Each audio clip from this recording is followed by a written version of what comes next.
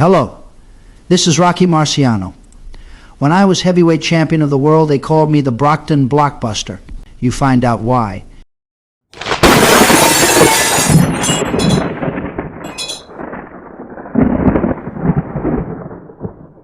Welcome to the Rocky Marciano Archives, a channel dedicated to the life and career of the immortal champion.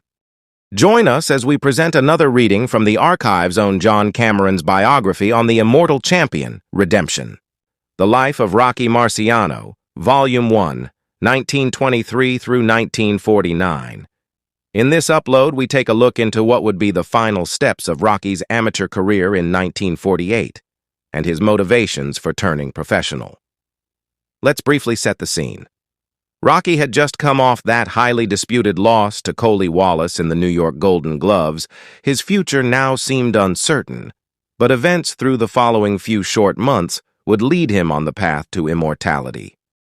In the immediate aftermath of the Wallace bout, Gene Caggiano, Rocky's guide through his brief amateur career, with his eye as ever on a quick buck, hastily arranged for an amateur bout at Canton Hall in their hometown of Brockton, pitching the now acclaimed Marciano against the rugged yet relatively unknown Vic Sidlauskas. At the time, it seemed a shrewd move on the promoter's part. However, it would have unforeseen consequences, which would lead Caggiano inexorably towards losing his grip on the future heavyweight champion of the world. He hired a hall and promised $100 for my share if we'd sell tickets, recalled Rocky. We sold enough to fill up the place, and we helped put up the ring. Allie, who helped push $700 in ticket sales, and a couple of other guys even installed the seats. The boys, along with the erstwhile promoter, would even go so far as to appear on WBET, Brockton's local radio station, which occupied the second floor of the Brockton Enterprise building on Main Street. The interviewer was one Fred Cusick, who himself would later go on to find fame as the voice of the Boston Bruins. His memory of the meeting with Marciano was, nevertheless, of a rather brief and not memorable chat. I don't even recall the date or events they were there to discuss. The fight itself was a thriller. Whilst it lasted, Rocky eventually dispatched his foe in the third of a scheduled 5. Yet despite all their efforts in publicizing the bout, it remained one of his least remembered matches, even in Brockton. Yet its postscript would haunt the pair of Marciano and Caggiano for many years to come when, on the following day, Rocky went to collect his share of the proceeds. Once again, in an almost exact duplicate of the Epperson debacle, a year earlier he felt, short-changed. Caggiano offered me $40. When I refused it, he put it in an envelope and posted it to my mother, recalled a bitter Rocky. For months, the pair would argue over who was right in their assumption over the exact amount that had been agreed upon.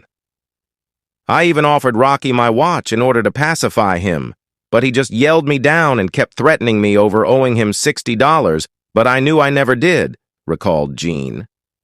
Yet, by the end of March, there appeared to be enough amicability between them for Caggiano to accompany his sometime protege to the New England Heavyweight Championships held at the Boston Arena on the evening of the 22nd.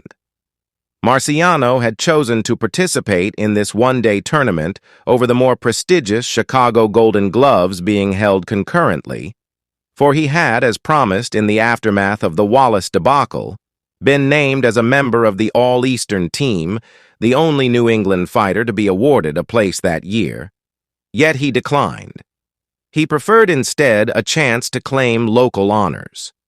It was, it appeared, at least to John F. Kenney, who reported upon it the following morning, a wise choice. The performer who scored highest in the color department, perhaps, was Rocco Marciano, the Brockton heavyweight who somehow last night proved that he was robbed of the decision in his New York Golden Gloves test with Gotham's AAU champion Coley Wallace. Marciano fairly battered Saul Fischera of Lawrence in his first test, then in the final bout of the evening emerged the better man in a gargantuan slugging match with George McGinnis of Belmont. This was his second encounter with McGinnis. The first had been stopped by the referee after a cut above George's eye, which had refused to stem its flow of blood, thus robbing the crowd of potential fireworks. This time, however, the critics would get their chance to see a bout over the full allocated 3 rounds. Kenny again, moving in all the time and holding his right uppercut back through most of the early going. Marciano belted McGinnis to the canvas near the end of the second round for a count of 9 and had the Belmont gamester on the floor twice in the third round to win decisively. It seemed, for a while at least, that all was going just right for Rocky. He had added the New England Amateur Heavyweight Championship to his swiftly impressive resume due to this victory over this short, fat, dumpy-looking kid, as McGinnis was unflatteringly described by New England promoter Sam Silverman, who would soon play his own part in the rise of the Rock from Brockton. This was, however, to be Marciano's final amateur bout. Soon after emerging victorious, his hands had begun to swell once more. On inspection, it was discovered that he had fractured his right thumb. Swiftly, this hand was encased in plaster, leading Rocky to bid a sorrowful farewell to any hopes of entering the Olympic tryouts due to begin in April, and with them, at least a chance, to have a return with Wallace. Adding insult to genuine injury, his job at the gas company, the longest civilian position he had ever held, was also placed in jeopardy due to his inability to work now that he had sustained damage to those hands yet again. This time, though, instead of brooding on what to many would be seen as a failure as he had done before, he would now gird himself towards a future in the paid ranks of boxing. I was earning $65 or $70 a week at the gas company, but I couldn't work until my hand healed. They had cost me so much money that I thought it was about time they started making me some, he said retrospectively in 1962. Ali Colombo, though, saw it rather as a last-ditch effort to save him from anonymity before time ran out. The Rock was worried, Colombo stated, adding, he chose to turn pro when he did because he was afraid that soon he would be in too much pain to punch. Then it would be all over, so he wanted to get as much money as he could as soon as he could. Everywhere I went, I was laughed at, remembered an amused Rocky, but I kept thinking I would show them. I knew I would make it.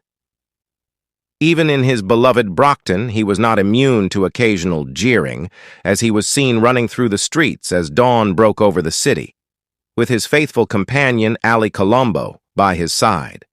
Wrapped heavily in layers of sweat clothes in order to burn off his mother's copious meals, his right hand covered in a heavy cast which would remain as an impediment for several months. I didn't realize it at the time, but the injury was a blessing in disguise. Now we could concentrate full-time on getting him ready for boxing, stated Ali. Ali Colombo remained Rocky's staunchest supporter, the one who showed the most faith in this aspiring professional. It was his belief that all would come to them one day soon, which seemed to fuel Marciano's desire to succeed. Both boys knew that they would need a little help from someone involved in the world of boxing, and in order to facilitate this, it was Colombo who suggested to his friend that they would do well to speak with a former professional fighter by the name of Joe Monty.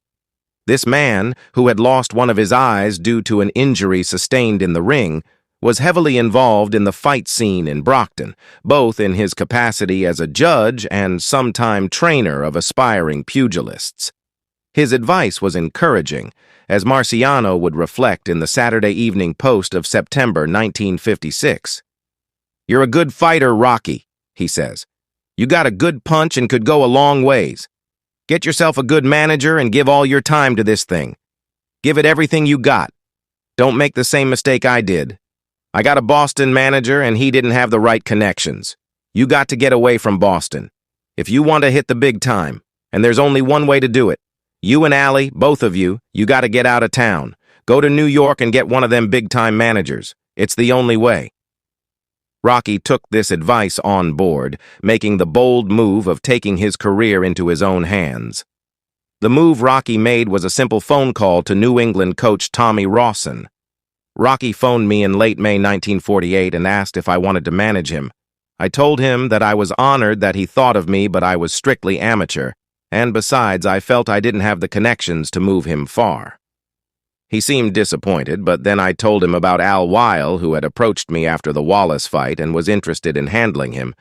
He left me an address, so I passed it on. Thus, the pairing of Rocky and Allie sat down to compose a letter to the formidable New York manager. Dear Mr. Weil, your name was recommended to me, and I'm therefore writing on behalf of a young heavyweight fighter who I think has the potential to become the world's heavyweight champion. He is 5'11" and weighs about 190, and one of the greatest prospects in the country. He finished competing in the Golden Gloves, where he was robbed in a fight with Coley Wallace, who I'm sure you heard of. Rocky Marciano is his name, and I've known him all my life. He has been a football star and a good athlete. He is very strong and durable with plenty of ambition. I'm sure with proper handling he can win the title. Although we are close to Boston, we are dissatisfied with a Boston contact and would much prefer New York handling. If you are interested, please let me hear from you. Sincerely, Al Colombo. The boys sat back in eager anticipation of a reply. They would not have to wait for long. Thank you for listening. Until the next time, we will see you down the road. If you like this content, then hit the subscribe button. To really support this channel, consider joining for just over $1 a month and unlock ad-free members-only content. Every member will play a key part in revealing the real Rocky. I just enjoyed combat. I just enjoyed the sport that I had learned so well, and I had practiced so much that when the bell rang, I did a job. I could concentrate on the opponent. It was a great, great career for me. I'm proud and very happy to talk about it. Sometimes I wonder why I was such an aggressive man in the ring.